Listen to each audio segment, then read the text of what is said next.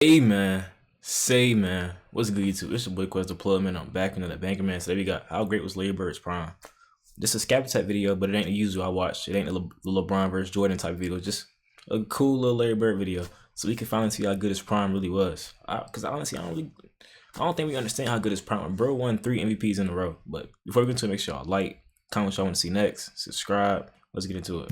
Larry Bird is fast becoming one of the most divisive characters in basketball history, with some recognizing Bird as the greatest player of all time, while some have him dropping out of the top 10 altogether. Yeah, if you don't got Larry Bird top 10, you don't know basketball. I ain't gonna lie. If he not top 5, I'll give you a pass. But if he not top 10, come on, bro.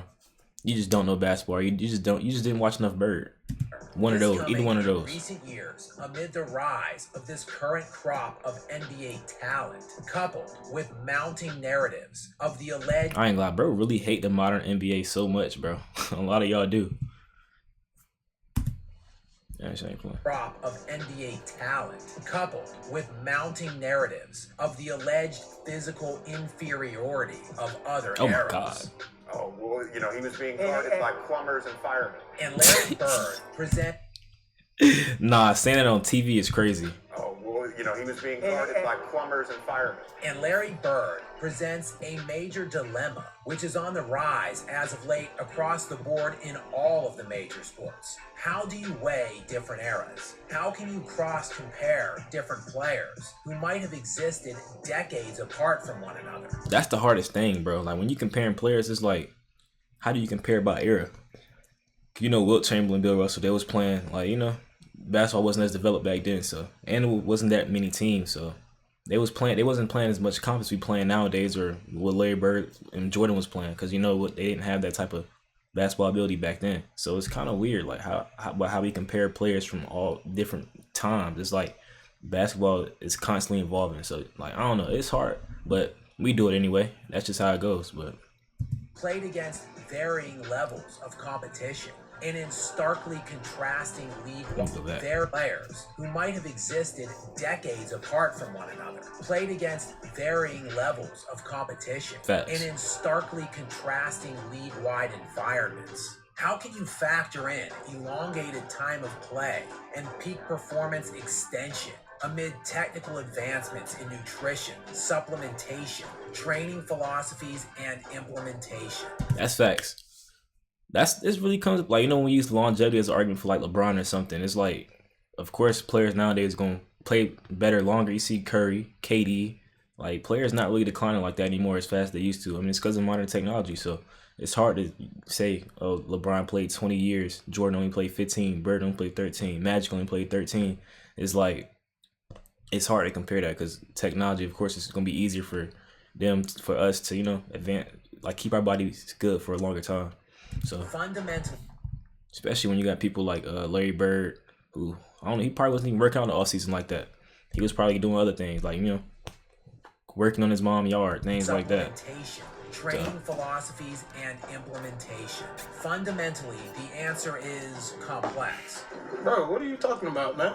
But one element of comparison is easy. How dominant were you in your own time? Okay. How much did you excel against the competition within your own era? And how feared were you? And Larry Bird has one of the shorter careers of any all-time great in NBA history, as he was drafted with the number 6 overall pick in the 1978 draft by the Boston Celtics at the age of 22. Dang. But Bird opted to return to Indiana State for his senior year in college and forego entry into the NBA. That was a risky thing for Bird to do, even though he already knew he had a spot. But going back to college for another year, it's crazy.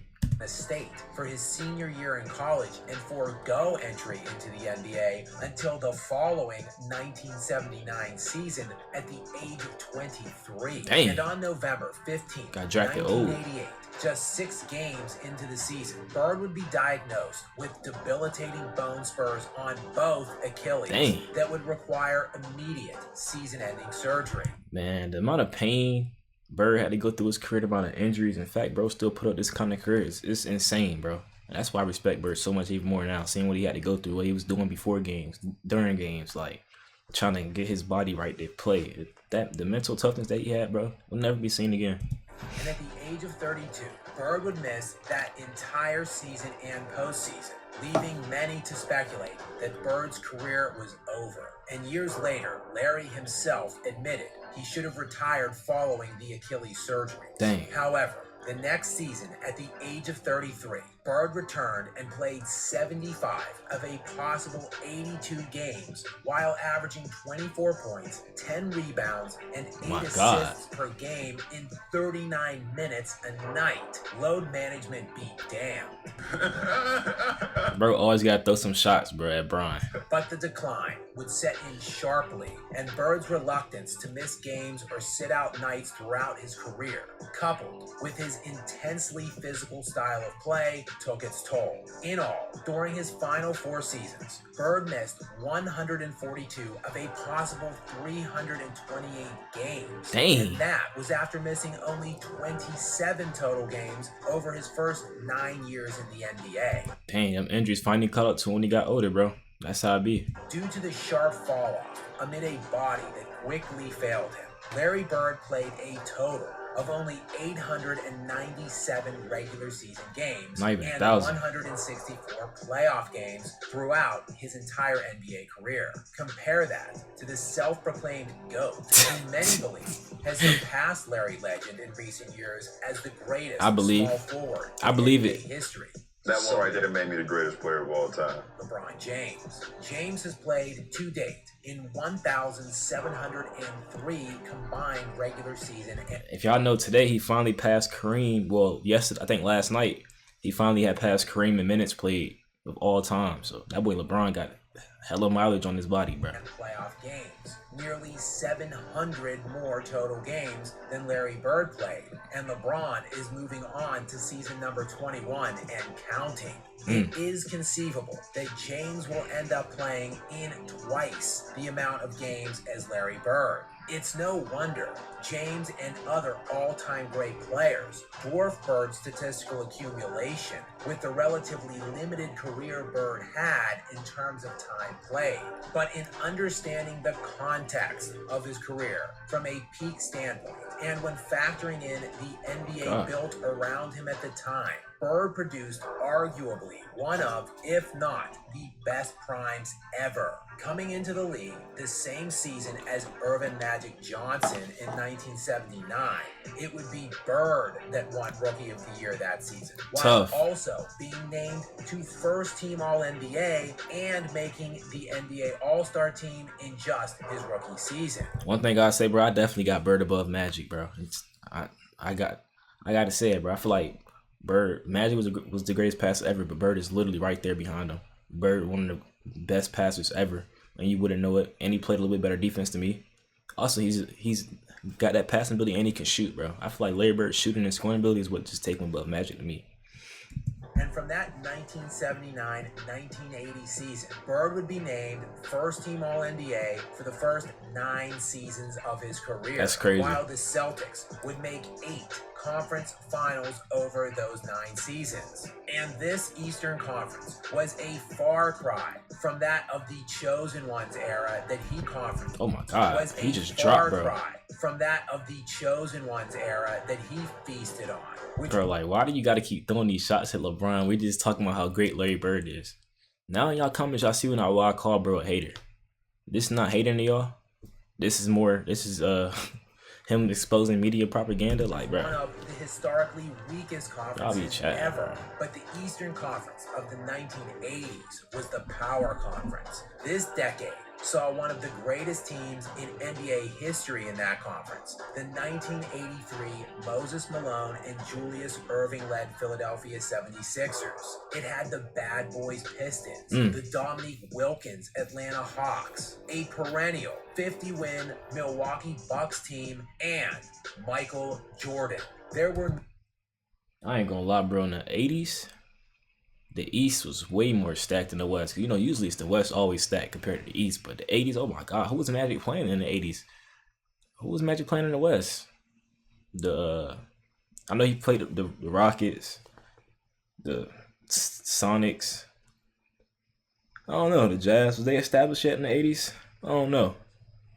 no easy series in the Eastern Conference playoffs during the decade of the 1980s. Yet Larry Bird found his way to 5 NBA Finals over the first 9 years of his career. And his reward for battling through the gauntlet of those stacked Eastern Conference playoff fields was meeting one of the greatest teams ever assembled in the NBA Finals from the Western Conference. The Celtics and Larry Bird had the misfortune of running up against the LA Lakers in 3 NBA Finals. Yeah, that's a tough team to beat. Arguably 2 top 5 players ever, Magic Johnson and Kareem Abdul-Jabbar. A team that also had top 50 all-time player and perennial all-star James Worthy as a third option. Yeah, Bird lost to that team twice in the NBA Finals for his only 2 finals losses. But he also beat that team and so beat the Hakeem Olajuwon Rockets in another NBA Finals. The accumulated number of elite, high-end opponents Bird faced throughout his 9-year run puts him in the running of having acquired some of the most difficult rings in league history. But this should come as no surprise. Oh yeah, Kobe definitely had probably him and Shaq probably had the most difficult paths to NBA championships for sure. Since Larry Bird was one of the most high leverage winners the sport of basketball has ever seen, as the Celtics were just 32-50 and 29-53 the 2 seasons prior to Bird's arrival. But in just his first season in the NBA as a rookie, Bird elevated the Celtics from 29 wins to 61 and took Boston all the way to the Eastern Conference Finals. And over the 9-year run until his dual Achilles surgery practically ended his career, the Celtics won an average of 61 games a year. Oh my God, they averaged 61 wins a year?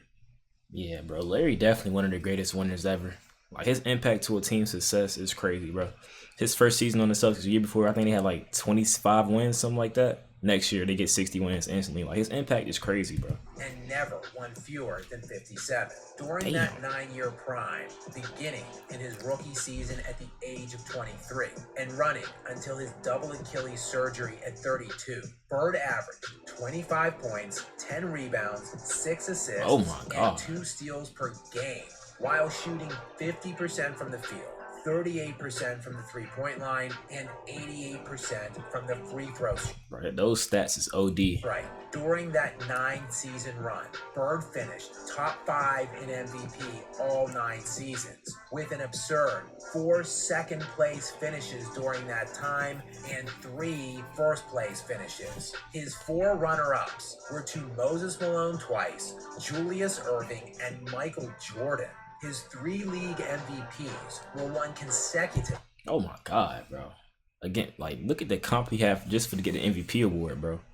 Young Jordan, Magic, Prime Magic, Clyde, Hakeem, all these players, Charles Barkley, Dr. J, bro. Over the span of 1984 to 1986, and done in a league that had Magic Johnson, Kareem Abdul-Jabbar, Moses Malone, Julius Erving, Dominique Wilkins, Charles Barkley, Hakeem Olajuwon, and Michael Jordan.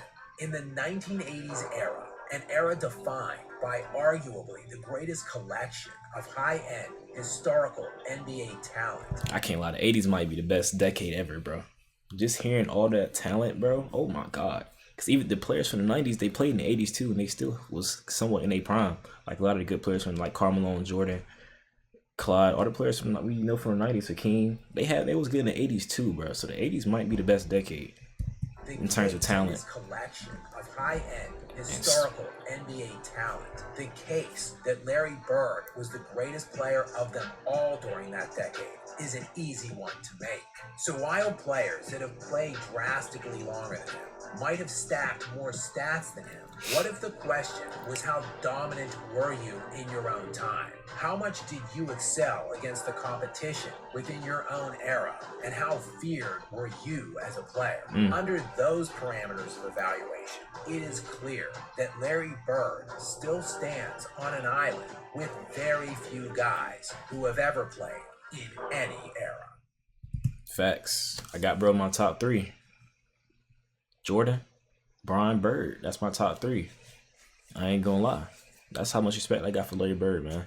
I be thinking I be hating on Bird. I don't put enough respect on his name. I got bro top 3. Got him over Magic, over Kareem, over Kobe, Shaq. A lot of these players, Tim Duncan, like a lot of great players, man. I got him over him, Hakeem. But that just goes to show how great Bird is and how me doing my research, bro, locking in, seeing how good he actually was. Like, bro, thank God I started YouTube because I would have never thought to go back to watch Larry Bird. It wasn't for y'all in the comments telling me to go watch Bird and figure out what you've been missing out on. But yeah, make sure y'all like, comment, subscribe, man. Let me know in the comments what you want to see next. I'm out.